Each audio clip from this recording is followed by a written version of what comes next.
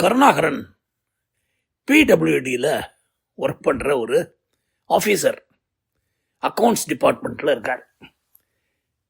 அவர் யாராவது செக்குக்கு வந்து கான்ட்ராக்டர்ஸ்லாம் கேட்டாங்கன்னா அப்படியே ஒரு கையெழுத்தை போட்டு அந்த செக்கை கொடுக்கணும்.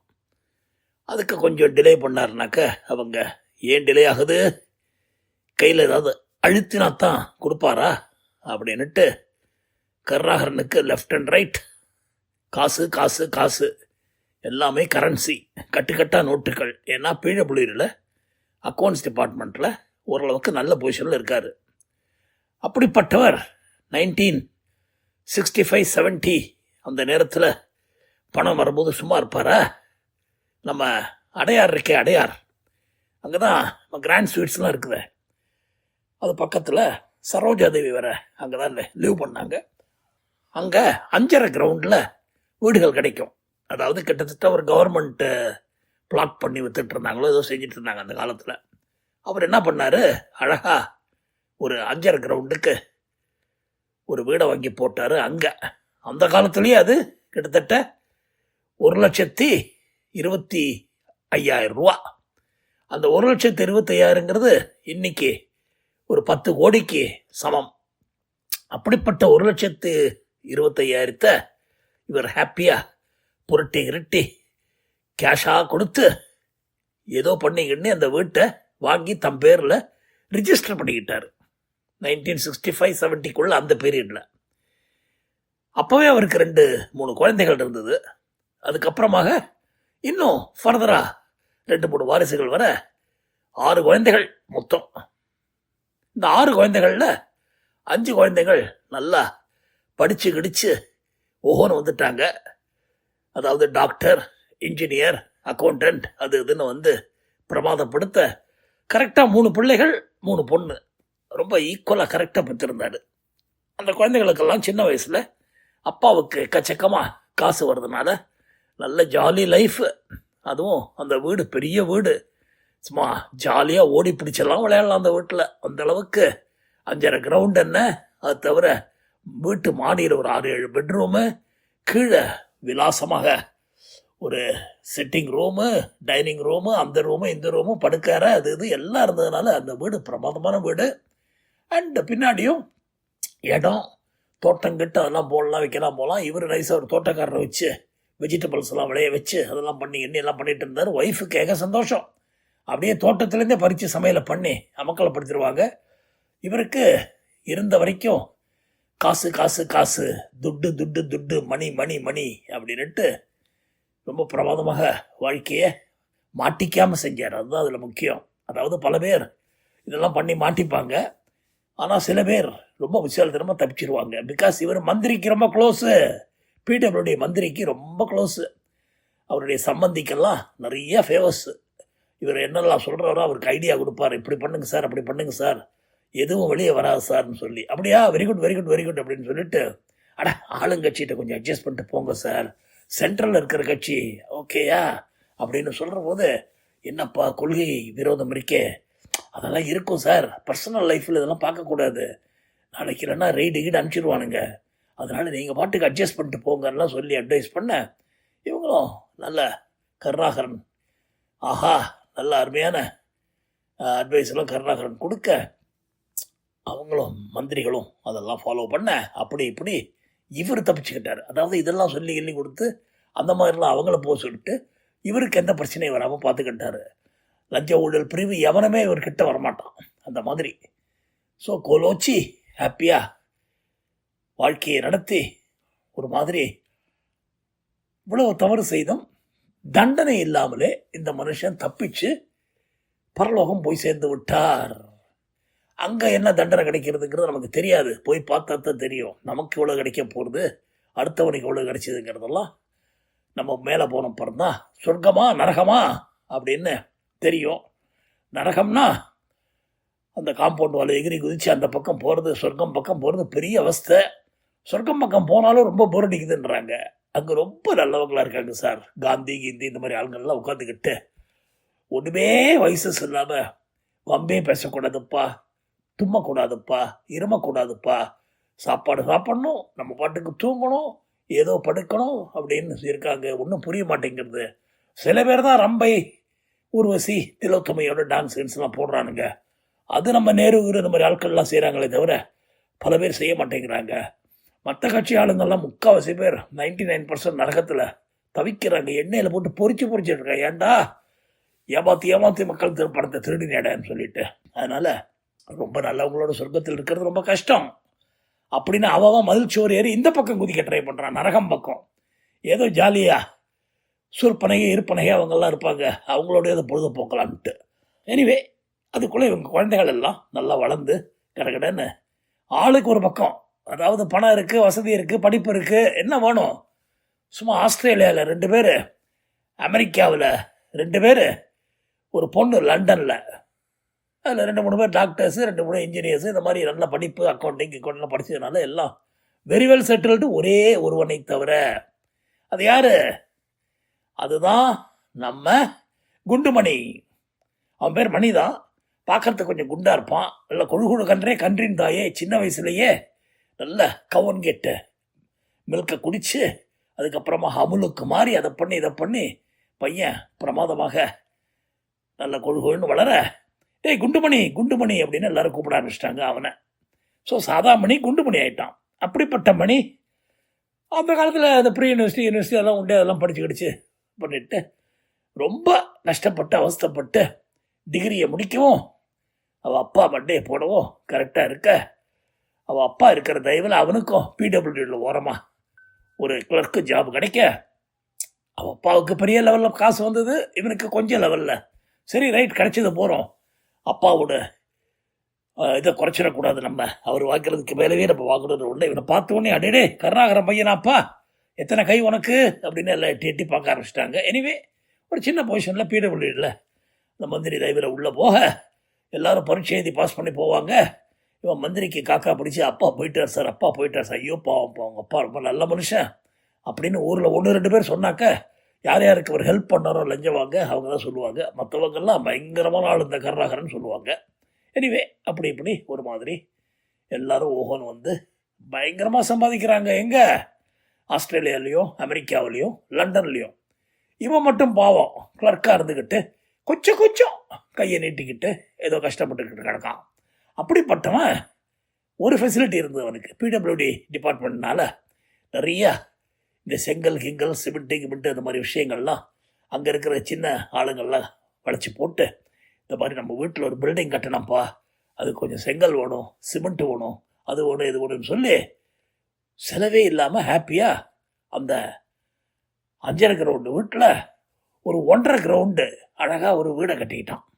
அதாவது அவனுக்கு வர சம்பளம், அது தவிர கிம்பளம், ப்ளஸ் அங்கங்கே அப்பா பேரை யூஸ் பண்ணி அங்கங்கே போய் அவனை பார்த்து இவனை பார்த்து அதெல்லாம் பண்ணி கிட்டத்தட்ட ஃப்ரீயாக ஒரு வீடு கிடைக்கிறதுனா பாருங்கள் நீங்கள் எவ்வளோ பெரிய அதிர்ஷ்டம். அதுவும் எங்கே?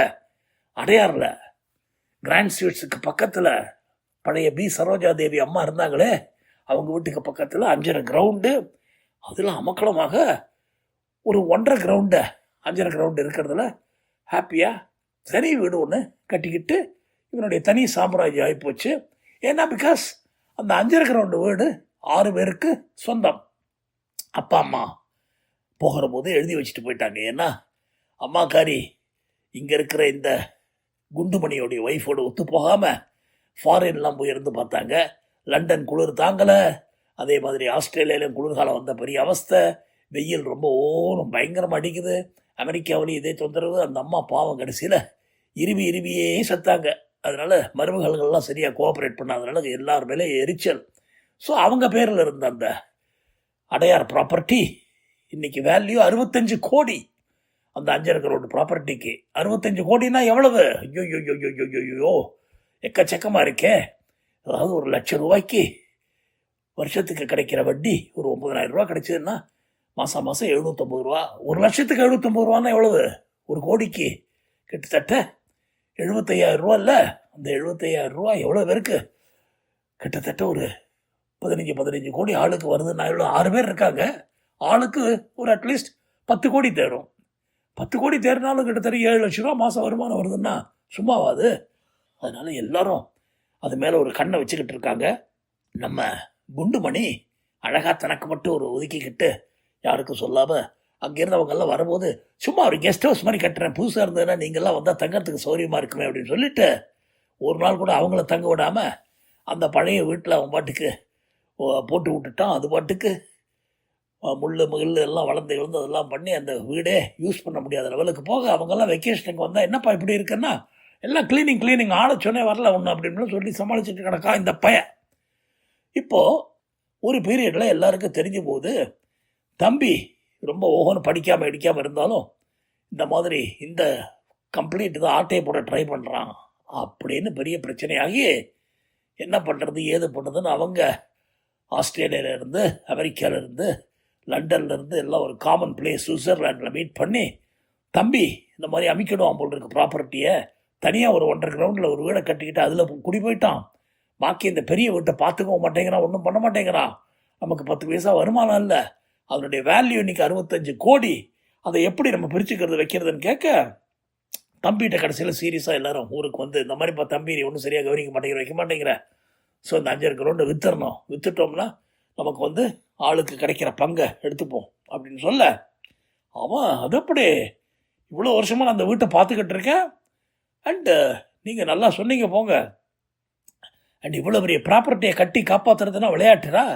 எத்தனை பேர் அதை ஆட்டையை போட வந்தானுங்க, மந்திரிகளே 2-3 பேர் கண்ணை வச்சானுங்க, அவங்கெல்லாம் தள்ளி கிள்ளி ஒரு மாதிரி சமாளித்து நான் சேவ் பண்ணி வச்சுருக்கேன்னா அண்டு எவ்வளோ தூரம் மெயின்டைன் பண்ணி அதை பண்ணி இதை பண்ணி வருஷத்துக்கு ஒரு தடவை அதுக்கு பெயிண்ட் அடித்து வெள்ளை அடிச்சு எங்கடா இப்படி கிடைக்கடா, அது இப்போ தான் 2 வருஷமாக பண்ண முடியல, கையில் காசு இல்லை, கேட்டால் நீங்கள் அனுப்ப மாட்டேங்கிறீங்க, நான் என்ன பண்ண முடியும் அப்படின்னு பார்த்து சொல்லி அவங்களுக்குள்ள சண்டை மண்டை உடைய இவனுக்கு கொடுக்குற இன்டென்ஷன் இல்லை, ஏதோ ஃப்ராடு பண்ணுறான் இவங்கிறது அவங்களுக்கு புரிய 65 கோடியில் வர ஷேரை விட முடியுமா அவங்களால, அதனால எல்லாருக்கும் இங்கே சண்டை மண்டை உடைய இவன் குண்டுமணி சொல்கிறான், டேய் இதை பாருங்கடா எல்லாரும் என்ன வந்து ஏமாந்தவன் இழிச்சவாய் நினைக்கிறீங்களா, அதில் என்ன வருதோ அதில் 50% எனக்கு வரணும், பாக்கி 50 நீங்கள் பிரித்து எடுத்துங்கன்னு ஒரு போடுறான். எதுக்கு இவ்வளோ வருஷமாக பார்த்துக்கிட்டேன்னு 25-30 வருஷமாக நீங்கள் பாட்டுக்கு ஃபாரினில் ஹாப்பியாக என்ஜாய் பண்ணுறீங்க, நான் இங்கே வெயில்லையும் மழையிலையும் நனைஞ்சு இதை வீட்டை பார்த்துக்கிறது ஒரு ப்ராப்பர்ட்டியை கட்டி காப்பாற்றுறதுங்க விளையாட்டா, அந்த 65 கோடியை சேவ் பண்ணியிருக்கேன், அதனால் 50% எனக்கு கொடுக்கணும் அப்படின்னு ஒரே போட எல்லாரும் ஷாக்குடு. ஒரு தடவையும் குண்டுமணி நான் என்ன இழிச்சு வாயினா அப்படின்னு கேட்குற போதெல்லாம் இந்த பிரதர்ஸ் அண்ட் சிஸ்டர்ஸுக்கு பகீருங்கும், ஏன்னா தான் இழிச்சு வாயன்னு சொல்லி அத்தனையும் ஆட்டையை போட்டுட்ருக்கான் இந்த பையன், ஒரு தடவை எதை கேட்டாலும் ஏதாவது ஒரு பதிலை சொல்லி சமாளிக்கிறான். ஸோ இது சரிப்படாது, என்ன 3 வாரம் தானே லீவில் வந்திருக்காங்க, வந்து கடன்னு ஒரு 10-15 நாளுக்குள்ளே இந்த பெரிய ப்ராப்ளம்லாம் ஆகிப்போச்சு, இன்னும் 10 நாள் தான் இருக்குது அவங்க ஊருக்கு போகிறதுக்கு, அதுக்குள்ளே என்ன செய்யலாம்னு யோசிக்கிறாங்க. சரின்னு எல்லாரும் சேர்ந்து போய் ஒரு வக்கீலை பார்க்குறாங்க. வக்கீலை பார்த்தவொன்னு சொல்கிறார், ஒன்றும் ஒரி பண்ணாதீங்க, இவ்வளோ பெரிய ப்ராப்பர்ட்டி இதில் ஒரு 10% ஃபீஸ் ஆகணும், 65 கோடிங்கிறீங்க, வெரி குட், அதில் ஒரு 10% ஃபீஸ் ஆகும், அண்ட் எப்படி உங்களுக்கு வளைச்சி போட்டு கொடுத்துடலாம், ஒரு 4-5 இயர்ஸுக்குள்ளே கைக்கு கிடச்சிடும் அப்படின்னு சொல்ல, என்னது 4-5 இயர்ஸா, ஆமாம் அதுவும் அட்வான்ஸாக நீங்கள் ஃபீஸை கொடுத்துடணும், ஏன்னா எங்கள் சீனியர்லாம் ஃபீஸ் விஷயத்தில் ரொம்ப ஸ்ட்ரிக்ட்டுன்னு சொல்ல, இதனோட அது 4-5 இயர்ஸ்க்கு அப்புறம் வரும், அதுக்கப்புறம் ப்ராப்பர்ட்டி வரத்துக்கு எவ்வளோ நாள் ஆகும் தெரியலையே அப்படின்ற ஒன்று அங்கே இருக்கிற ஒரு கிளர்க்கு பாவம் மனசு வந்து, சார் ஏமாந்துடுறதுங்க சார், இந்த மாதிரி கோடியாக வாங்கி எல்லாரையும் ஆட்டையை போட்டுருவாங்க இவங்கன்னு சொல்ல, ஐயோ தம்பியே பெட்டர் போல் இருக்குன்னு ஓடி வர, தம்பி அதுக்குள்ளே எக்கச்சக்கமாக செலவு பண்ணியிருக்கேன், பட் இதை பாருங்கோ, நான் வந்து இந்த 30 வருஷத்தில் எவ்வளோ செலவு பண்ணியிருக்கேன் வீட்டுக்கு பாருங்கன்ட்டு ஒரு 3-4 கோடியை காட்டுறான். அடா பாவி இதெல்லாம் பண்ணினியா, ஆமாம் பண்ணாமல் என்ன, நீங்கள் அங்கேயே இருந்துட்டு ஹாப்பியாக பண்ணிடுறேன்னு கேட்டால் என்ன அர்த்தம் அப்படின்னு சொல்லி, எனக்கு என்ன வந்தது எப்படியாவது போட்டோம் அப்படின்னு சொல்லி, ஏன்டா அதில் ஒரு 1.5 கிரவுண்டு ஒரு ஆட்டையை போட்டிருக்கேன், ஆட்டையை போட்டேனா, உங்களுக்காக வேண்டி கெஸ்ட் ஹவுஸாக கட்டியிருக்கேன், கெஸ்ட் ஹவுஸா, அந்த கெஸ்ட் ஹவுஸில் ஒரு நாள் கூட நாங்கள் இல்லையே அப்படி தான் சொல்லுவீங்க நீங்கள், எவ்வளோ தூரம் எங்கள் வீட்டில் வந்து சாப்பிட்ருக்கீங்க, என் ஒய்ஃப் சமைச்சு கொட்டியிருக்கா, அதெல்லாம் நல்லா நொட்டை விட்டு சாப்பிட்டுட்டு இப்போது கெஸ்ட் ஹவுஸில் தங்கலைங்கிறீங்க, எப்படியா தொலைங்க, இனிமேல் மூஞ்சிலே முடிக்குவானா நீங்கள், இந்த ப்ராப்பர்ட்டி உங்களுக்கு எப்படி கிடைக்கிறதுன்னு பார்த்துடுறேன்னு கடைசி அஸ்திரமாக ஒரே போட்டான். ஏன்னா பிகாஸ் இப்போ அவன்கிட்ட இருக்கிற ரிலேஷன்ஷிப் போயிடுச்சுனாக்க அவ்வளவுதான், அப்புறம் இந்த பக்கமே வர விட மாட்டான், இந்த வீட்டுக்குள்ள நுழைய விட மாட்டான், இந்த மாதிரி பிரச்சனைலாம் வந்துடும், அப்புறம் போலீஸு கீலீஸுன்னு இவங்க என்ன வேலையை விட்டு இங்கே வரவா முடியும் பாவம், அந்த மாதிரி மாட்டிக்கிட்டாங்க. உடனே ஒருத்தன் வீராவேசமா, டேய் என்னடா நினச்சிட்டு இருக்க மனசில், நான் போய் வேலையை ரிசைன் பண்ணிட்டு உடனே இங்கே மெட்ராஸுக்கு குடி வர போகிறேன்டா. நான் என் பொண்டாட்டி குழந்தைங்கள்லாம் இங்கே வந்து உன் கண்ணில் விரலை கொடுத்து உன்னை இந்த வீட்டிலேருந்து துரத்துறேனா இல்லையான்னு பாடுறா, சேலஞ்ச் அப்படின்னு சொல்ல இவனும் ஓகேன்னு கட்ட விரலை வசதி காட்ட அங்கே ஒரு அண்ணாமலை ஃப்ரெண்டும் மாதிரி ஒரு சீன் நடக்க அவன் விடுவிடுன்னு வாடி ஊருக்கு போயிட்டு வேலையை அதான் ஏற்கனவே போயிடுத்தேன், உங்களுக்கு தான் வேலை. அவன் அடிக்கடி போயிடுறதே வெள்ளிக்கு வீட்டுங்களுக்கு வேலை இல்லைங்கிறானே. இங்கே வந்து இதையாவது பார்த்துட்டு இருங்கோ, அட்லீஸ்ட்டு மாதம் ஒரு 3-4 லட்சமாவது கிடைக்கும், கையில் 7 லட்சம் கிடைக்கும்டி, 3 லட்சங்கிற அப்படிலாம் சொல்லி சரியா முதல்ல இது வாங்குற வழியை பாரு அப்படின்னு சொல்லி எல்லாம் வைண்டப் பண்ணிட்டு ஊர்லேருந்து 2 ஓரளவுக்கு 14-15 வயசு வளர்ந்த குழந்தைகளையும் கூட்டிக்கிட்டு சென்னைக்கு வந்து ஒரு 1.5 லட்ச ரூபா கொடுத்து வாடகையில் ஒரு வீடு எடுத்து அங்கேருந்து இந்த வீட்டுக்கு வந்தாக்க வீட்டு வாசலில் அந்நியர் யாரும் உள்ளே நுழையக்கூடாதுன்னு ஒரு பெரிய போர்டை போட்டு ஒரு 2 ஆட்கள் வேறு நிற்கிறாங்க, பீகாரி பசங்க. இவர் வந்தாக்க கே பாத் அப்படிங்கிறான். என்னது கே பாத்தா? டேய், நான் குளிச்சு வளர்ந்த இடம்டா இது, உள்ளே போனேன், ஏன் வீடுறா, நை சாபு சொல்லிட்டாரு, யாரும் உள்ளே வரக்கூடாது, கெரவுட்னு சொல்ல இவன் பின்னாடி இருந்து பார்த்துக்கிட்டே இருக்கான், விடாதீங்கடா உள்ளங்கிற மாதிரி. அவன் ஸ்ட்ரிக்டாக சொல்லியிருக்கானே. அந்த மாதிரி ப்ராப்ளம் எல்லாம் வர என்னடா வீட்டுக்குள்ளே வர முடியலன்னு வேறு வழி இல்லாமல் தம்பி வீட்டுக்கு போய் கதவை தட்ட இங்கேயும் அந்நியர்கள் யாரும் உள்ளே வரக்கூடாதுன்னு ஒரு குரல் வருது. டேய், உங்கள் அண்ணனா நீயா? அங்கேருந்து இங்கே வந்து என் நெத்தியில் இழிச்ச வாயன்னு எழுதி விட்டுருக்கிறத பார்த்து என்னை ஏமாத்தலன்னு வந்திருக்கீங்கல்ல. நாங்கள் என்ன ஏமாத்துறோம், நீ தானடா படுவாவி 65 கோடி சொத்தை அமைக்க வச்சிருக்க, நான் எங்கே அமைக்க வச்சிருக்கேன், உள்ளே விட மாட்டேங்கிறாங்க அந்த பசங்க. ஆமாம், அந்நியர்கள் உள்ளே வரக்கூடாதுன்னு போர்டு போட்டிருக்கேன், பார்த்தியா இல்லையா? இங்கே வந்திருக்கேன்டா தான், இதுவும் இங்கே நீ அந்நியன் தான். அன்னைக்கு சேலஞ்செல்லாம் விட்டு போனியே, என்ன பண்ணுறேன்னு பாரு, நான் போலீஸ் ஸ்டேஷனுக்கு போயிடுவேன். குட், போலீஸ்காரன் பணத்தை உங்கள்கிட்ட பிடிங்கினா தான் உனக்கு புத்தி வரும் அப்படின்னு சொல்ல வக்கீல் அன்னைக்கு 10 கோடி கொடுன்னு கேட்டான்ல, இந்த போலீஸ் பாரு எவ்வளோ கேட்குறான் பாரு, டபுளாக கேட்பான், 20 கோடி கேட்பான் உள்ளே வரத்துக்கே. எல்லாமே இங்கே கரப்ட் சிஸ்டம் தெரியுமா? என்னடா இப்போ ஆட்சி வந்து மாறி எல்லாம் அதெல்லாம் வெளியில் எதாவது சொல்லுவான் ஐயா, ஒரு 1-2 ஜாலராக்கள் சொல்லுவான், மற்றபடி எல்லாம் அப்படியே தான் இருக்குது. இன்றைக்கி இந்த வீட்டை வைக்கிறதுனா பாதி பிளாக்கில் தரேம்மா, பாதி ஒயிட்டில் தரேம்மா. பிளாக் என்ன பண்ணுவேன் நீ? நான் வேற எவனையும் பிடிக்க மாட்டான் பெரிய ஆளுக்குள்ள, என்னையும் மாதிரி ஆளை பிடிச்சி பிளாக் பண்ணின்னு பணத்தை அமைக்கிட்டு நம்மளை உள்ளே தள்ளிடுவானுங்க. உனக்கு அதெல்லாம் நடந்தால் தான் புத்தி வரும்.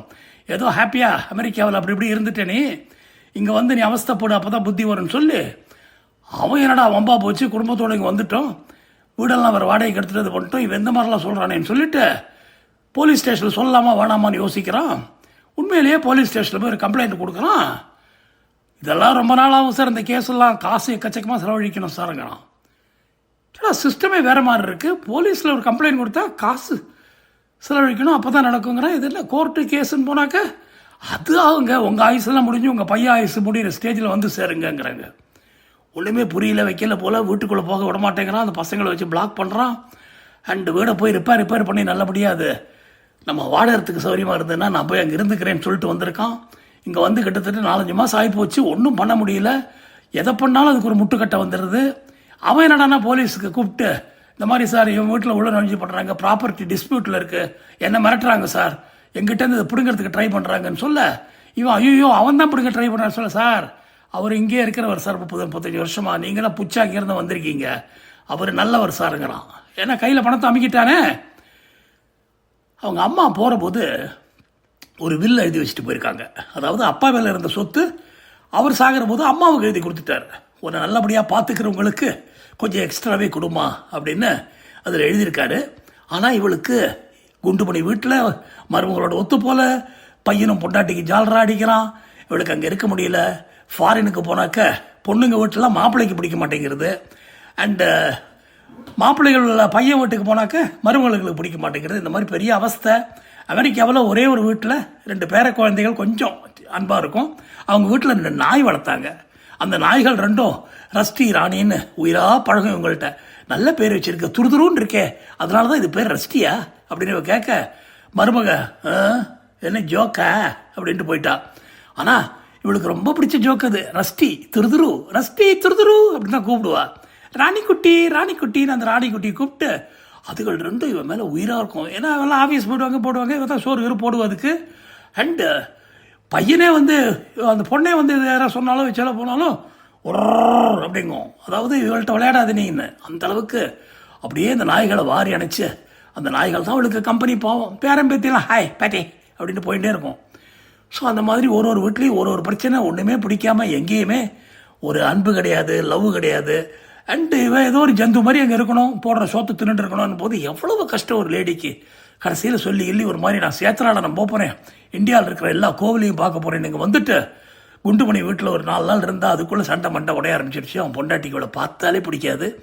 இவன் வந்து அப்பா நான் சேத்திரானுங்களே, ஆமாம் கிளம்புமா, நானே சொல்ல நினச்சேன், கைலாஸ் இந்த மாதிரிலாம் போயிட்டு இமயமலையிலேயே அங்கே செட்டிலாக முடிஞ்சா கூட பண்ணுமா நீ அப்படின்னு சொல்லிட்டு அந்த டாக்குமெண்ட்லாம் எங்கம்மா வச்சுருக்கேனே, அதான்டா காட்ரேஜ் பீரோவில் பேங்க்கில், இந்தியன் பேங்க்கில் இருக்கே, அவன் அதை பார்த்து எல்லாம் கிளியர் பண்ணி சரி பண்ணணும்மா, அதான் எல்லாருக்கும் கொடுக்க சொல்லியிருக்கேன், என்ன நன்னா பார்த்துட்டவங்களுக்கு எக்ஸ்ட்ரா ஒரு 20-25% கொடுக்கணும்டா அதில்ன்னு சொல்லி எழுதி வச்சிருக்கேன். சொன்னேன், ஐயோ அம்மா என் மேலே உனக்கு அவ்வளோ அன்பா, உன் மேலையா, உன் பொண்டாட்டி தாசனாக இருந்துக்க நீ ராஸ்கல் அப்படின்னு சொல்லிட்டு அம்மா வந்து இந்த டாக்குமெண்ட்லாம் இவன்ட்ட கொடுத்துட்டு போக, எப்படி எழுதி கொடுத்தாச்சு, இனிமேல் என்ன பண்ண முடியும், சட்டம் இருக்கே அப்படிங்கிற மாதிரி பாவம் அந்த கழுவி நினச்சிக்கிட்டு வெளியே போக, அதுக்கப்புறம் பாவம் மண்டையும் போட்டு அந்த அம்மா இப்போ அதெல்லாம் வச்சு கையில் வச்சுக்கிட்டு நம்ம ஆட்டம் போடுறான். நம்ம யார் குண்டுமணி அந்த மாதிரிலாம் போக, ஒருத்தன் வந்தவன் எங்கள் வீட்டை பார்க்க வைக்க போக வந்தவன், அவன் நொந்து நூடுல்ஸ் ஆகி ஒன்றும் பண்ண முடியாதுன்னு சொல்லி ஊருக்கு திரும்பி போய் மற்ற பிரதர்ஸ் அண்ட் சிஸ்டர்ஸ்கிட்ட ரொம்ப அநியாயமாக இருக்குது, ஊரில் எதுவுமே ஒழுங்காக நடக்காது போல் இருக்கு, என்ன பண்ணுறதுனே தெரியல அப்படின்னு சொல்ல, அதுக்குள்ளே இங்கே வீட்டை ஒரு மந்திரிக்கு இந்த 4 கிரவுண்டு சார் சீப்பாக வெளியில் வாங்கினீங்கன்னாக்கா 50-60 கோடி ஆகும் சார், 40 crores வாங்கிக்கோங்க, அண்ட் அந்த பணத்தை எனக்கு கொடுத்துருங்க, டாக்குமெண்ட்ஸில் கொஞ்சம் குழப்பம் இருக்குது, என் பிரதர்ஸ் சிஸ்டர்ஸ்லாம் கையெழுத்து போகணுன்றாங்க, அடா போப்பா அந்த கையெழுத்தில் நான் போடுறேன்ப்பா கவலைப்படாதப்பான்னு சொல்லி அழகாக வந்து அந்த மந்திரி எந்த கவலையும் இல்லாமல் ஒரு 30 கோடியை கொடுத்து, இது பாரு 40-50 கேட்காத, 30 வச்சுக்க, பின்னாடி ஒரு 1.5 கிரவுண்டு வேறு நீ சுவாகா பண்ணிட்ட, அதை வேறு சரி அதை நீ வச்சுட்டு தொலை, அதெல்லாம் வந்து நல்லா ரிஜிஸ்டர் பண்ணி எல்லாம் பண்ணி கொடுத்துட்றோம், கவலைப்படாத, 30 கோடி எப்படின்னு சொல்லி இவங்க கையில் கொடுக்க, பிரதர்ஸுக்கும் சிஸ்டர்ஸுக்கும் திருப்பதி போன ஃபீலிங்கு, கோவிந்தா கோவிந்தான்னு. அடுத்த வந்தால் மந்திரியோட பையன் குடும்பத்தோடு அங்கே ஹாப்பியாக இருக்க, நிஜமாலே அந்நியர்கள் உள்ள நுழைய முடியாதபடி போயிடுச்சு. அப்படியாக ஒரு 5.5 கிரவுண்டு அருமையான வீடு 1965-70 வாங்கினது 2025 யாருக்கோ போய் சேர்ந்தது. குண்டுமணி சந்தோஷமாக பின்னாடி இருக்கான். இப்படியும் ஒரு குண்டுமணி பிரதர்ஸ் அண்ட் சிஸ்டர்ஸுக்கு எதுவுமே கிடைக்கக்கூடாதுன்னு சொல்லி தனக்கு மட்டும் ஏதோ கிடைச்சது போருன்ட்டு இருக்கிற வாழ்க்கை இதுதான் உலகில் நடக்கும் யதார்த்தம். அதுவும் முக்கியமாக நம்ம இந்தியாவில் நடக்கிற பிரதர்ஸ் அண்ட் சிஸ்டர்ஸுக்குள்ளே இருக்கிற சண்டை பூசல் எல்லாம் கேட்டிருப்பீங்க. எனிவே கதை மற்றும் அடுத்த கதையில் சந்திப்போம். உங்கள் அட்லாண்டா கணேஷ். நன்றி, வணக்கம்.